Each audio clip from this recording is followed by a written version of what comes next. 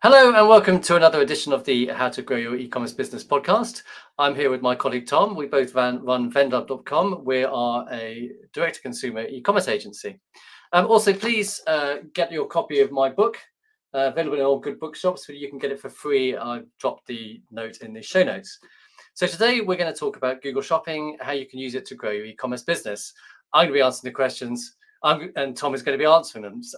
So Tom, would you like to kick off, please? Well, I think a good place to start is why should you use Google Shopping in the first place? So we'll talk about what it is and how to use it in a bit more detail. But let's start with the big question, the why question. Why use it?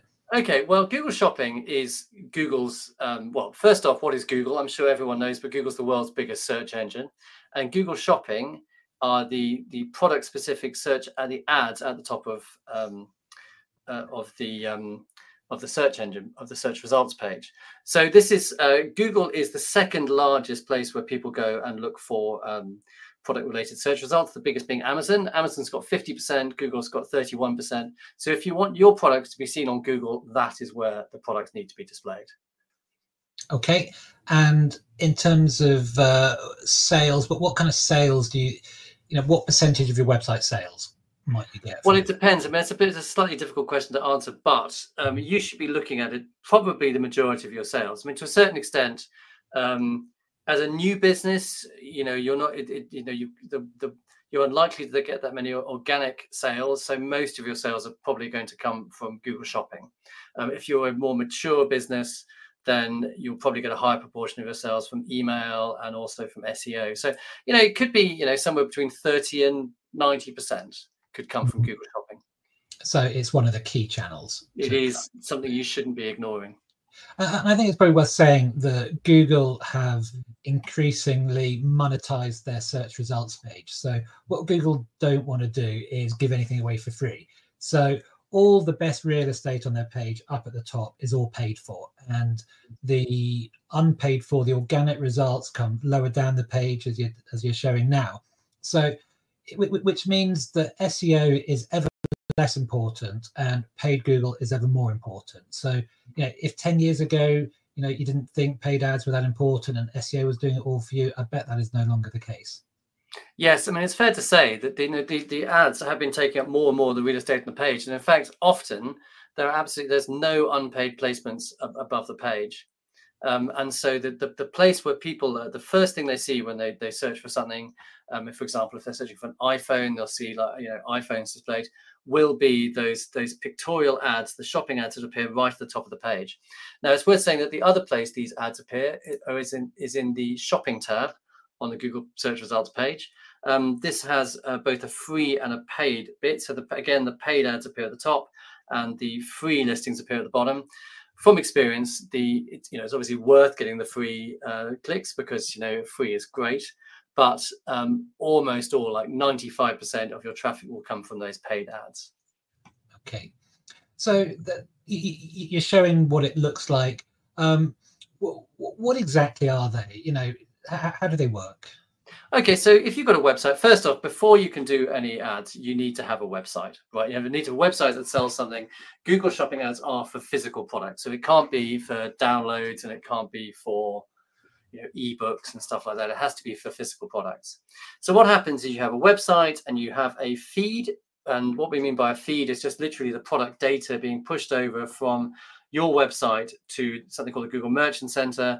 That's where it stores all your product data, and then that gets pushed over to Google Ads, and that's where you create your Google Ads campaigns. So it's you do need, there's a certain amount of setup required, but that's fundamentally the basics of setting up the ads.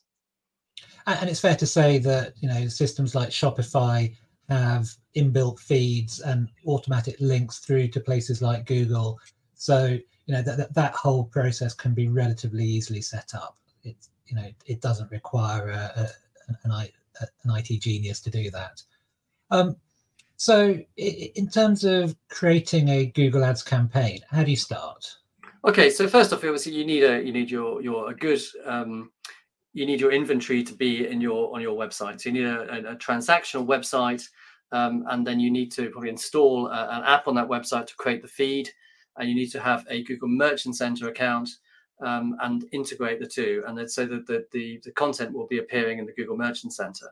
Now, it's from the Google Merchant Center where you select whether you need to make sure that your products are being shown on the free listings on Google. Then you make sure there's a connection between Google Merchant Center and your Google Ads account, and then you create a Google Shopping campaign in there, and we'll talk about the different types of campaign in a minute. So it's important to have high quality product data on your website, which is then used to create your product ads, because these titles and these images come directly from your website. And how important is it to get those things right? What difference does it make to your success? Well, I think it's pretty it's slightly hard to put a figure on it, but I mean, firstly, you need to have good quality content on your website anyway, because good quality content, you're paying a lot of money to drive traffic from Google to your website. So you want to make sure the conversion rate, that is the percentage of people who buy things, is as high as possible. So on every level, you need to have great product data. Now, these days, the ads are becoming more and more automated. And that means that it's less about specifying the targets, and it's more about the quality of your offer.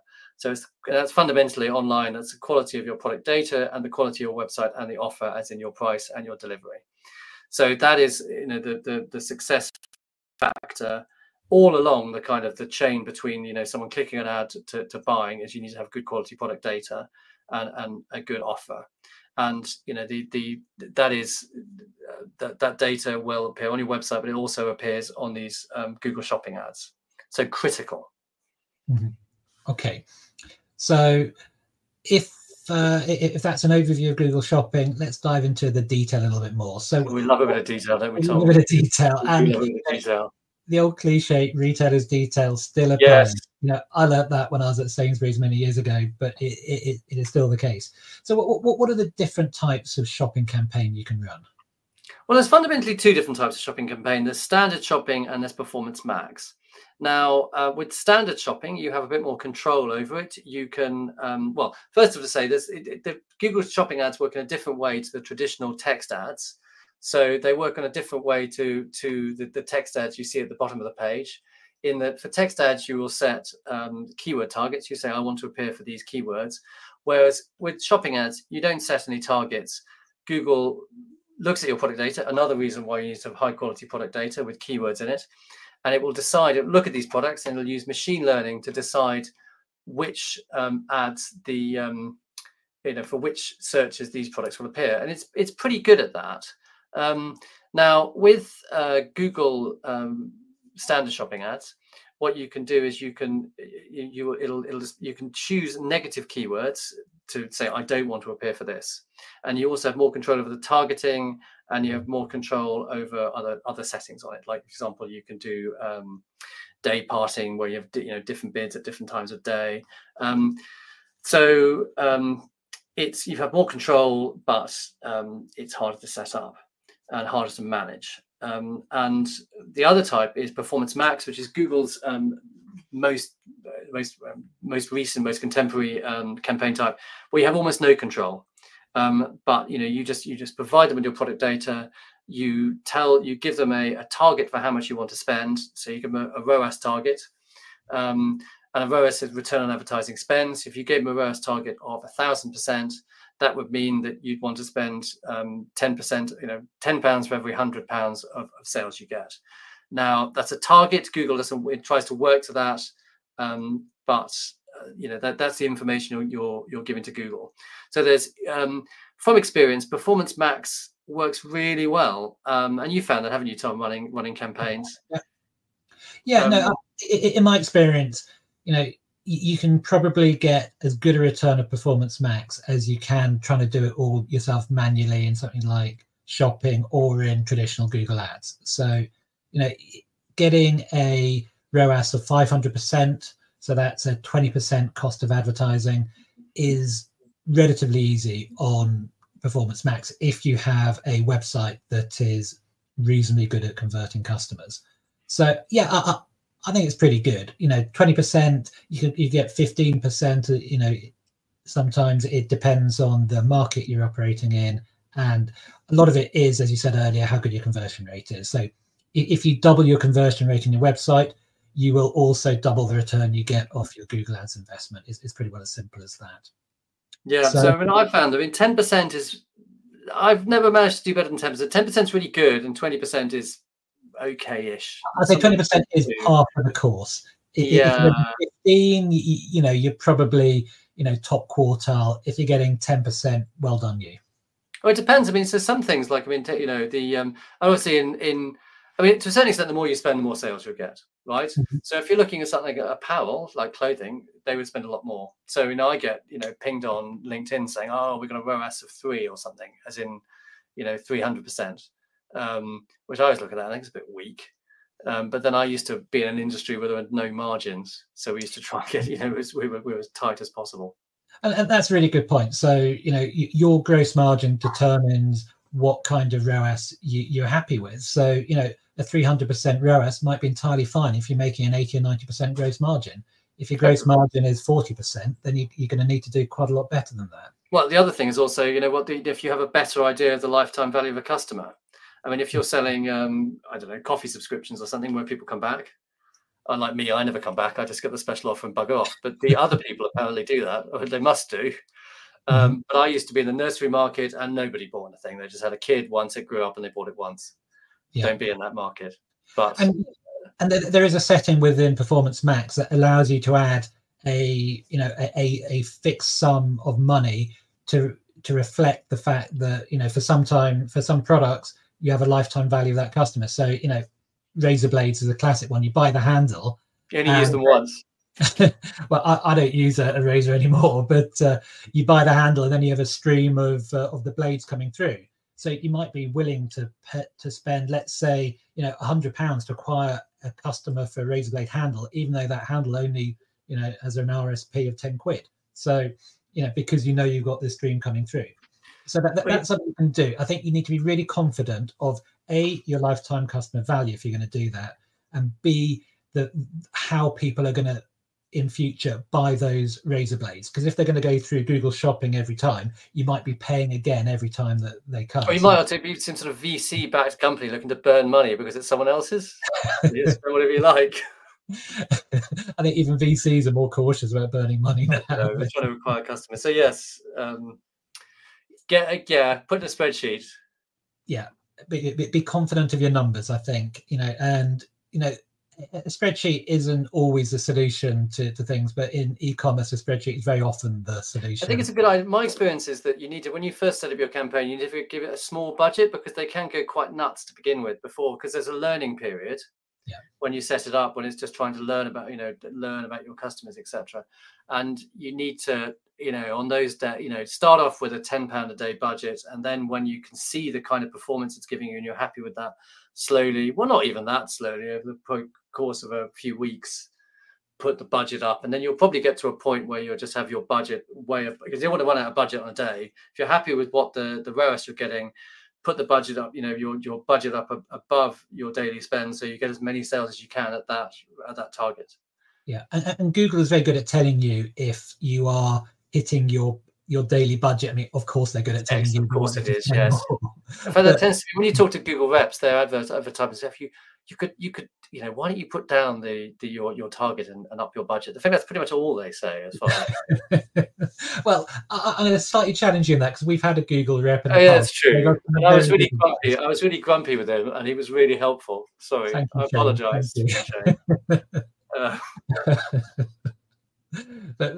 That is true. So yeah, you talked about training the you know, Google Learning. So Google says they have a 30-day learning period over which, you know, that's the AI machine learning, understanding how they can get the best out of your products with, you know, the whole universe of customers out there. They also say that, you know, each campaign needs at least 50 transactions a month for it to be able to learn. So what you don't want to do is create campaigns that have a very small number of products in that aren't getting 50 transactions a month, because it just needs those data points to learn from. So, you know, start off by putting all of your products into a campaign to get that learning. And then over time, what you can do is split your products out. So I'm slightly jumping ahead to how you optimize a campaign, but what you can do is create different tiers of products in different campaigns. So let's say you've got some products that sell really well and some that aren't selling at all. You might want to split those because Google finds it easy selling the ones that sell well, and it will largely ignore the ones that don't do very much. So if you put those products in a separate campaign, it will have to pay more attention to those. Similarly, you might also want to split your campaigns between products that have a high gross margin and a low gross margin, if you have such things. So then you can set different ROAS targets for each campaign and for each type of product. So we talked a little bit about the different types of campaigns. What setup is required, Trevor? Well, we talked about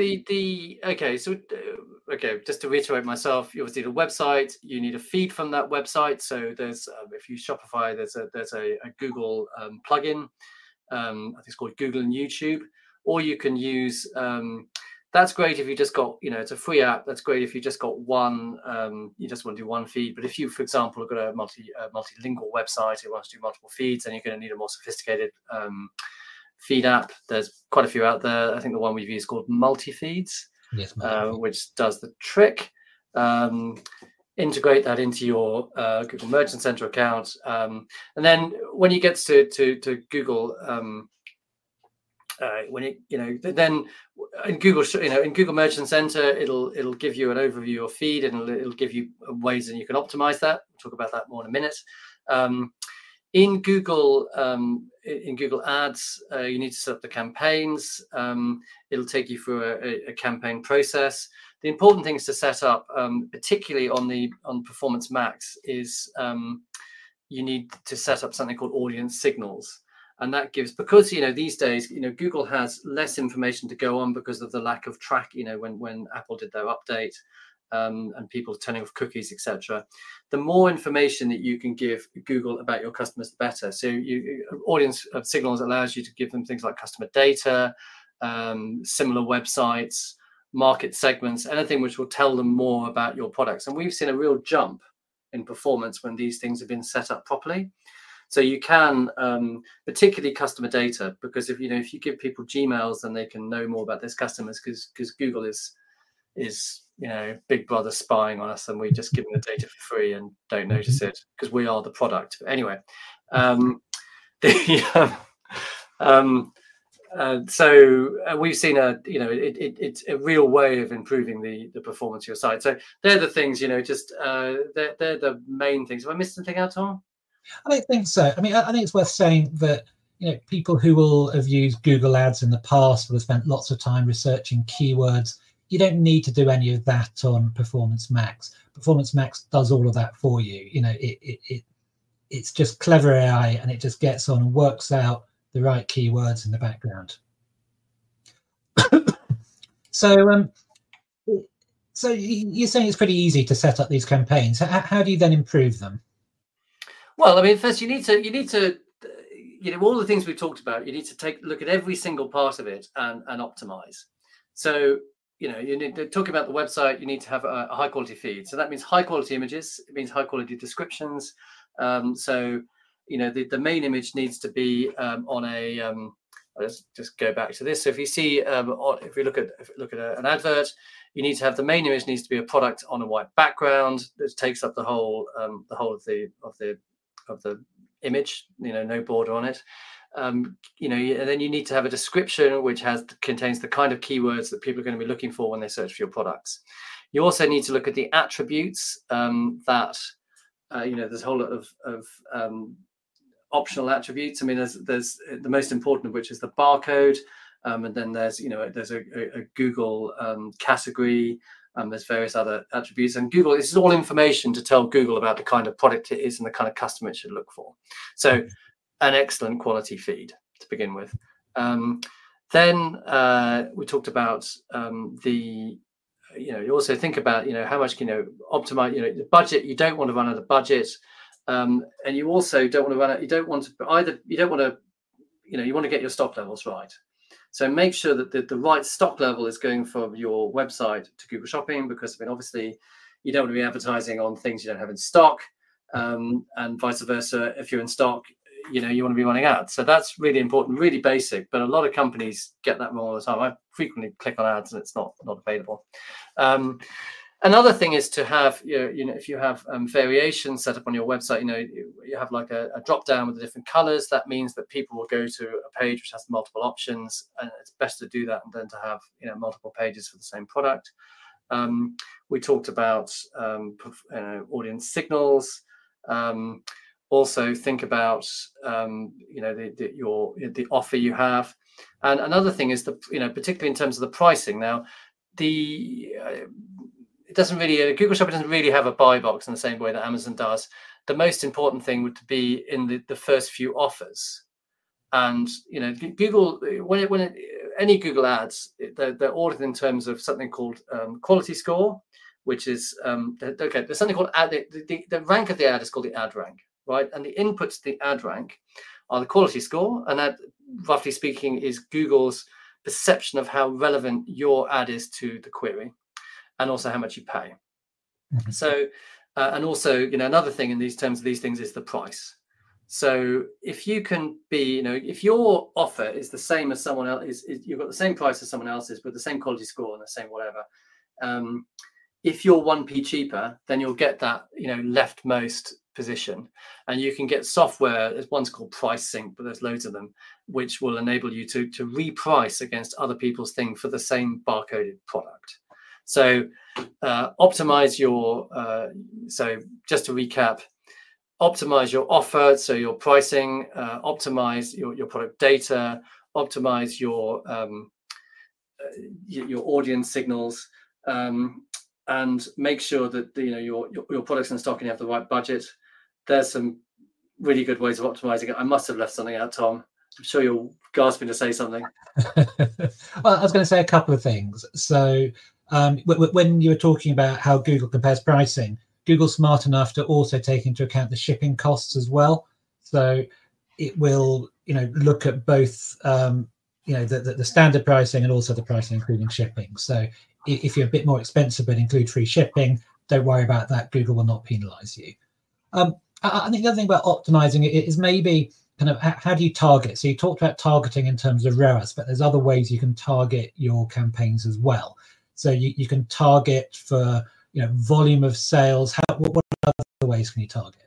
Well, you can target so fundamentally the location is targeting. It depends what kind of campaign you're adding on, but on all types of Google Shopping campaign, you can target based on location. So obviously, for example, let's say you're selling furniture and you can't deliver it to Northern Ireland or the Isle of Wight, right? There's no point advertising to those people. And if you're using, so that's on all types of shopping campaign. If you're using a standard shopping campaign, you can filter out negative keywords. And there's what some people do is you can have different kinds of structures. So if you have, if you use Performance Max and standard in conjunction with each other, if you filter out, there's a feature on Performance Max where you can filter out branded searches, and that makes Performance Max work harder because it's then looking for these, because if someone's searching for a brand, then they're a dead cert, right? Whereas if you're making it use search for those non-branded terms, you're making Performance Max work harder, and you're pushing the branded terms onto your standard shopping campaign. We have more control and more targeting. So that is a way of using them in conjunction. Also, you talked about having a structure. Performance Max. If you have multiple campaigns, 2 or 3 is probably enough. Where what you do is you have your kind of winners, your top sellers in your top campaign, and what will happen is that then Google will start ignoring the products that aren't the top winners, and so therefore you take those out of your first campaign, you put them in a second campaign, and therefore you're assigning a different budget to those other products, and you'll find that those other products then start to actually pick up sales. Yeah, and it's also worth, when we talk about optimizing, going through product by product, that you'll find that some products will be absorbing a lot of budget but not generating much in the way of sales. So for instance, Trevor and I had a business in the past that sold, amongst many other things, toy microwaves. Now, we had a lot of people who were seeing these toy microwaves and thinking they're real ones. So their click-through discover it as a toy, and then not buy it. And that was burning up loads of money. So we removed those from the Google campaign, and it saved us a lot, and our ROAS went up as a result. So, you should regularly, I'd say once a month, just check that there is nothing like that in your setup that is burning through money. It might be that you need to change the product details. It might be that, like the toy microwaves, people are always going to confuse it. We had toy in the title, but people still confused it. So just be really on top of the numbers. There is no sin save stupidity. And I just wanted to pick up, you made a point about geographical targeting. There's within the setup of Google Shopping, that if you target the UK, it gives you two options. It's people who've ever shown an interest in the UK or people who live in the UK.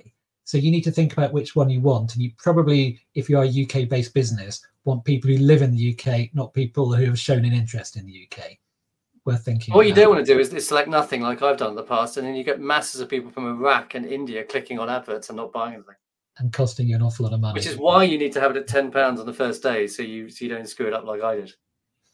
So that kind of leads us on neatly to the next point, which is is Google Shopping available internationally, and how does that work? It certainly is, and that's one of the best things about it. So you can very easily, say if you've got a Shopify website, you could use something like Shopify Markets to localize your website, and then you can feed each different country's feed, the translated feed, into Google Merchant Center. That's when you need your better feed app, and then you can create campaigns for each country. So it enables you very easily to reach customers all over the world from the same website, and it all works the same for each country as well. But obviously, you need to have your shipping set up for each country, etc. Shipping is usually the hardest part, setting up Google. Well, this is why free shipping is easier on so many levels. Yes. It's difficult to do for internationally, but yeah. So we're kind of getting towards the end. Just a few more bits and pieces. How does the charging? How does the cost for this work? Well, it is. So it is. You'll get charged on your targets. You set at a ROAS basis, right? Well, if you're using Performance Max, you can only set ROAS targets. You say, okay, ROAS of 1,000% means that I'm looking to spend 10% of my sale price on ads, right? On standard shopping campaigns, you have some other options. You can do max click and maximize impressions and stuff like that. If you you set the targets in one, but you're always charged on a pay-per-click basis. So whereas there's none of this, there's no impressions. It's all just on a pay-per-click basis. Excellent. So I think that's probably about it for. We've covered a lot. I think we've covered a lot. Have you got anything more to say? I think I've totally just monologued about Google Ads. I don't think I've got one of your favourite topics, isn't it? So why not? Just full of it. Right. So, Trevor, but before we end, is there anything that's inspired you recently? Well, I don't know. Do you know what? I like a fluffy question at the end of the thing. So I've been totally binged Slow Horses on Apple TV recently. It's absolutely fantastic. It's absurd. It's fantastic. It's all about grumpy MI5 officers, and Gary Oldman's amazing in it, and I'd really recommend that for some escapist nonsense. What about you, Tom? Well, I've just got back from holiday, so I think that's what's inspired me. I had a week in the Algarve, off season, lovely weather, good food, did a lot of walking, and I feel very recharged after that. Great. Okay. Thanks everyone for listening. So check the show notes. We'll put some useful links in there, and we'll see you again soon. Toodle pip. Bye. Bye.